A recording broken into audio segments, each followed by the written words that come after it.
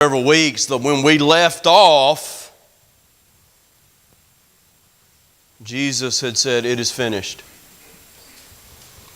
And the text said he had bowed his head and yielded up his spirit. So the life spirit had left him. He was dead. Process of humanity put into place when Adam and Eve sinned. It's part of the penalty of sin. He didn't sin, so we're going to see later on in the book of Acts it's impossible for the grave to keep him, but he died because we sinned. And so God in the flesh has lived 30 plus years on earth. He's finished everything that was his part of the plan to directly accomplish. And now he is going to be buried. Tonight, as I said, it's not about a Jesus trait. It's about something else. And to me, it's such a super cool moment to realize. And I hope you get the same reaction. So verse 31, beginning in the text, the Jews wanted the criminals and Jesus off of their crosses. This is the day before the Sabbath, and so they don't want this to drag out because of the timing. They're not going to be able to come back and get the bodies off the cross the next day. And yes, in the case of the criminals, they are legitimate criminals. In the eyes of the Jewish nation, Jesus has been judged, and yet they have families. And so they want to be able to afford them a burial. And so they want the bodies off the cross before the Sabbath, and particularly in this Sabbath, being related to one of the three major feasts, it's a high day, it's a high Sabbath. And so it carries extra meaning on Passover weekend. And so the way that the Romans would do that when they didn't want this to be prolonged, remember, crucifixion's designed to last. At times for days. And it's excruciating. But if there was the need to speed it up, the way the Romans would do it is they would come along and break the legs of those who were condemned. Side note in your mind, again, what I told you about Roman crosses, the relative closeness of that cross to the ground, that they can get to these legs and break them. What it did was it limited the one on the cross from being able to push up using his legs and get air into his lungs. So it would speed up the process of suffocation. So verse 32 says they broke the legs of one, and then they went and broke the legs of the other who was crucified with him. So the criminals, there is still a need. They're still alive. So they're going to speed this process up. But in the case of Jesus, there's no way. Or there's no reason. When they reach him, what did we see the last time we looked in the book of John? It is finished. He had died. Gratefully, as excruciating as the cross was, his time on the cross was shortened because of everything that he had already been through up until this moment. The exhaustion of the ministry, the exhaustion of the garden experience, the extreme beating that he had been through. And so, gratefully, his is not prolonged. So they don't have to break his legs. But in a final act of inhumanity and also the proving of the fact that he is already dead, he's not going to react to this, they jab a spear into his side. Now, we have avoided a lot of the gruesome details intentionally because that's not been the point of this study. But there's a key here. It says outflowed water and blood and water, a separation of these things.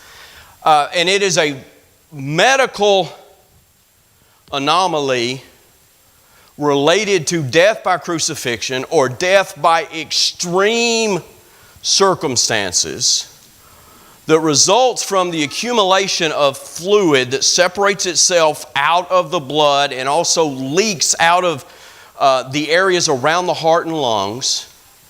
And then it accumulates around the lungs. It's called pleural effusion. It accumulates around the heart. It's called pericardial effusion. And it relates to extreme stress. It relates to dehydration. It relates to a loss of blood, hypovolemic shock. But then it also speeds up the process of death because it adds stress to the heart and lungs. Think about when we have someone in the hospital who has fluid building up. We go remove that fluid. This isn't being removed.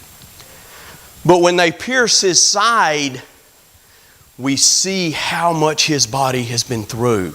We see why he's so weak. We see why he dies before the others die. And certainly we could discuss more of that. Again, that's not the point. It's not John's point. John is making the point that he's dead. In fact, in verse 35, it's really interesting because John suddenly is in this third person. He goes Ricky Henderson. Ricky does this. Ricky does that. John does this. John does that. He witnessed this. So in the third person, John basically says, I saw it. I saw the proof that my best friend was dead. It's not a case where some people want to claim that he passed out. They took him off the cross too soon. They put him in the grave. He resuscitated and he walked out. John said, he's dead. The water and the blood had begun to separate. And I saw it. And he's going to go back and reference this in his letter. In 1 John chapter 5, verses 6 through 8, where he referenced the water and the blood and the Spirit. He said, I'm telling you, I was there. And remember, what is the point of the Gospel of John? We're going to get to it at the end. John chapter 20, verses 30 and 31. These things have been written so that you may believe that He is the Son of God. I am pointing to this event that He died. So it adds weight to the resurrection. Proof of death before His burial. Verse 36, John says, it's also a chance for them to fulfill prophecy. Actually, to fulfill multiple prophecies. Number one, no bones were broken. Exodus chapter 12, verse 46, they're preparing the Passover lamb. Numbers 9 and verse 12, they're not allowed to break the bones of the Passover lamb. He is to be whole. Jesus didn't have a bone broken. So it fulfills that prophecy. No, it's a prophecy in reference to Him because Psalm 34 and verse 20 in one of those messianic psalms said it's going to apply to the Messiah. It's going to apply to the Christ. So another check mark. Identifying Him as the Anointed One. I didn't lose my thought. I'm catching my breath. Verse 37, a second prophecy related to this exact same action. Zechariah said that they would look upon the one whom they pierced. And so again, another check mark. We're going to make reference to this later. 300 plus prophecies that He is the Christ. And they're being checked off one at a time. And John said, I saw it. I saw the proof of His death, and I saw more proof that He is the one that I believed Him to be. And the reason I was standing at the foot of His cross.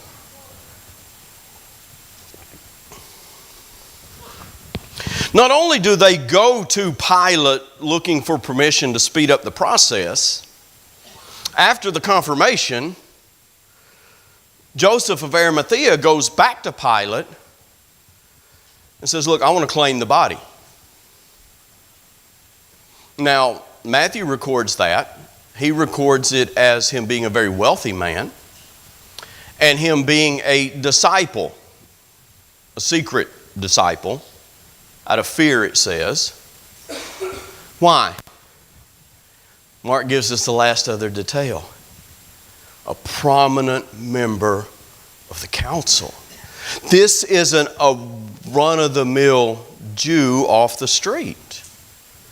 This isn't a wealthy man who happened to buy into this, but this is a man who has been looking for this moment. A man of tremendous faith that even though he is part of the Sanhedrin, has seen the evidence, looking for the kingdom, that says that's the man.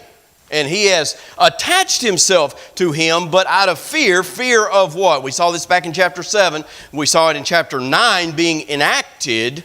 Fear of being cast out of the synagogue, fear of being cast out of the council, fear of, in one sense, maybe losing his place, but in another sense, remember Nicodemus is there too, fear of losing what influence he has as a council member to direct Israel's future.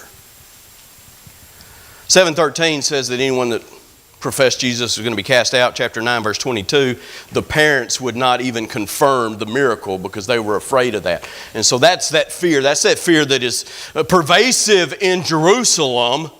Because of Christ, we cannot openly acknowledge Him because the leaders are going to come after us. Pilate's like, fine, you can have it. I don't have any need for the body. I'm really not in the middle of this. So he has granted the body. So they take it down. They begin to transport it. And also there is Nicodemus. Where did we meet him? We met him back in chapter 3. So this, for Nicodemus, has come full circle. Secret disciple again had come to him by night. Now he's there in the open, paying his respects to this man who, after this conversation, remember how that conversation started in 3? We know you come from God. You're doing things that nobody else is. We're seeing some things and trying to understand who you are. Nicodemus has understood it. Nicodemus is there at the cross because he understood it. And so he brings the burial spices to honor him, to help with the burial process. Verse 40 references a kind of a hurried version of a proper Jewish burial, the wrapping in the cloths, the spices. They have to get this done before the sun goes down. They have to get it done before it shifts over to the Sabbath at 6 p.m. So it's not as elaborate as it would normally be. In fact, that's part of the reason they go back on the first day of the week, is to finish the process. Verse 41, they're going to lay him in a new tomb versus an old tomb. The wealth of Joseph of Arimathea. Oftentimes, you had a family tomb, and I've introduced you to this word before. After a body had decayed, the bones were collected and put into what we call in English a bone box. The word's ossuary. And put on a shelf, and the next body would use that platform. And then the next family member, and the next family member. You didn't have the money for everybody to have his own individual tomb.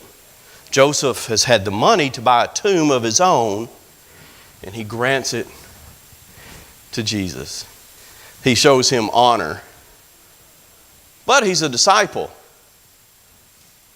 Just postulating. Is it in the back of his mind that he's not going to need this long? He said he was coming back in 3 days. I'm just going to loan it to him for a couple of days. I don't know. Nice thought. Joseph's tomb, Matthew tells us. This is done quickly, verse 42, and it fulfills more prophecy. Remember Isaiah 53 and verse 9. Man, I don't know why I keep duplicating slides. What's the extra 2 prophecies there? That he's going to die with sinners and he's going to be buried with a rich man. All right, so more check marks off the list. Now then, here's where I'm going with all of this, and here's where John, in my mind, is going with this entire book, and especially with this section where he says, I saw it, and here's some prophecy. There are over 300 prophecies about the Messiah in the Old Testament that Jesus fulfilled in one way or another. Now stay with me here. I hope you love this. Some he took specific action to fulfill. Remember when the disciples are watching what goes on in the cleansing of the temple? And it says later on they realized that the zeal for my Father's house. And so he deliberately took action to cleanse the temple and fulfill a prophecy. Others were fulfilled by other people through his choices. Okay, he played a part in it, but so did Judas. He had to choose Judas, but then Judas had to fulfill his part of the prophecy. And so there's a couple of things going on with some of those prophecies. Some, and to me this is so important, in a sense had nothing to do with him. Let that settle. He was born of a virgin. Did he have anything to do with fulfilling that prophecy? No. Some were fulfilled by others, and in this case, in John chapter 19, they were fulfilled by others after his death, outside of his control. He's yielded up his life spirit. He's separated from the body. That body is just like any other human body that has died. It is inanimate. It has no will of its own. It's not doing anything. And they are fulfilling the prophecies themselves. And that points to him. That points to him being him. That points to him being the Christ, being the Messiah. And that moment for me, when I realized it, was wow. It's this brain melt that of all the prophecies Jesus fulfilled, to me, some of the most important ones are the ones other people fulfilled for him. That point to him. That he didn't control. Fulfilled by other people, and I'm going to add, with no intention of fulfilling prophecy.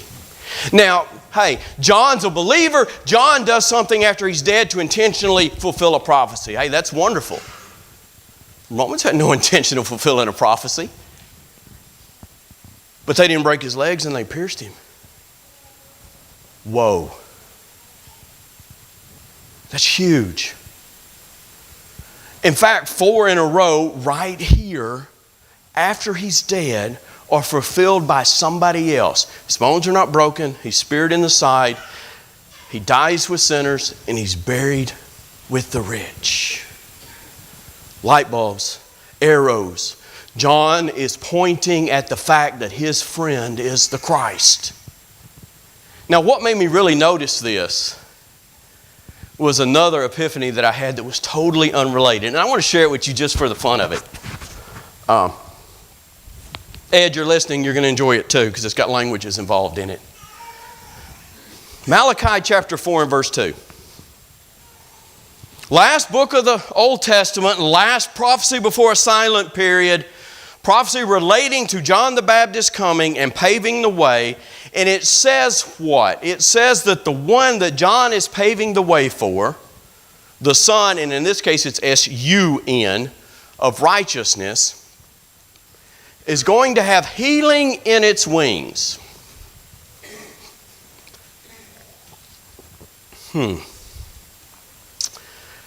That Son of righteousness coming after Elijah is whom? It's Jesus. So it could read, have healing in his wings, because it's a reference to the Christ. Now get ready. The word wings in Malachi chapter 4 and verse 2 is the word kanaf. The definition of kanaf, you can go to Strong's Concordance, you can go other places. The definition of the word kanaf is wing, underline this second one, edge, or extremity. It's a reference to the wings of a bird. And this is where it gets so cool. It is also a reference to the edges of a garment. Very specifically, the edges of what is called a tallit. The prayer shawl worn by Jewish men. And remember, Jesus makes reference to them lengthening the tassels and the phylacteries and all of those things. The very edges of that, the tassels, that picture that I put at the very front, a little tied part at the end with the fringe hanging down, there's a zit. Now then, go to Matthew 9. Go to Mark 5. Go to Luke 8. And look at a story that is very familiar to us. It is a story of a woman with an issue of blood, and she has not been healed for years. And she is down to the point that she is desperate. She is looking for any answer in the world that might heal her. And she wanted to touch, now the Greek word there, remember New Testament's written in Greek, and in the Gospel's case Aramaic, krispedon, is the direct Greek equivalent to kanaf. She wanted to touch the end of the tassels of his prayer shawl that Malachi 4 and verse 2 had healing in them. It was prophesied that the very tassels at the very furthest extremity of the things that touched him would have healing in them. And they did. And it healed her. Can you say that's the one?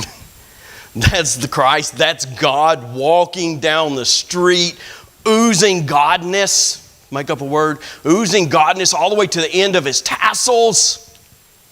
Now I got another one. That story happened in Matthew 9. In Matthew 14, they are surrounding the house and surrounding him, and they are begging to touch his tassels. Why? You don't think that woman went and told the story? You don't think the people around her didn't tell the story? You don't think they didn't notice when Jesus said, "Who touched me?" And the disciples were like, "Have you lost your ever-loving mind?" And he's like, "Somebody touched me because the power went out of me." And she's like, "I did it. I touched the very end of your tassel and it healed me." And now everybody gets the point. It's because of Matthew 9. It's because of Malachi 4 and verse 2. He is so the Messiah. He is so the Christ. He is so God in the flesh. I love this. I got so excited that he fulfills prophecy by walking down the road and just oozing the power of God. It is one thing, and it's an impressive thing, but it is one thing to set out and fulfill prophecy intentionally. It is another thing to be walking down the road because you're God and you're just fulfilling prophecy by being God. And then in John's case, back to John chapter 19, it's still another thing to be fulfilling prophecy after you're dead. And somebody who doesn't care a lick about it, like the Romans, is doing it for you. So you jump back over to John 19 as we close. That is John's point. I saw it. I was there. That's him. He was dead, and when I get through telling you the story, he's going to be alive, and it's real, and I was a witness to it. And then in chapter 20, verse 30 and 31, I gave you the preview of this earlier. He's going to say that's the reason I wrote this whole book. It's so that you could put all these things together. You could add them up, and at the end, you would know that he's the Christ. That's him. And that is the only one with healing in his tassels, spiritually. It is the only one who can cure what is wrong with our souls. He is the only one that we can put belief in and then activate that belief with obedience to the gospel, be raised new creatures like he was, Romans chapter 6. If that's not your God, you don't have a God. So we stand and sing.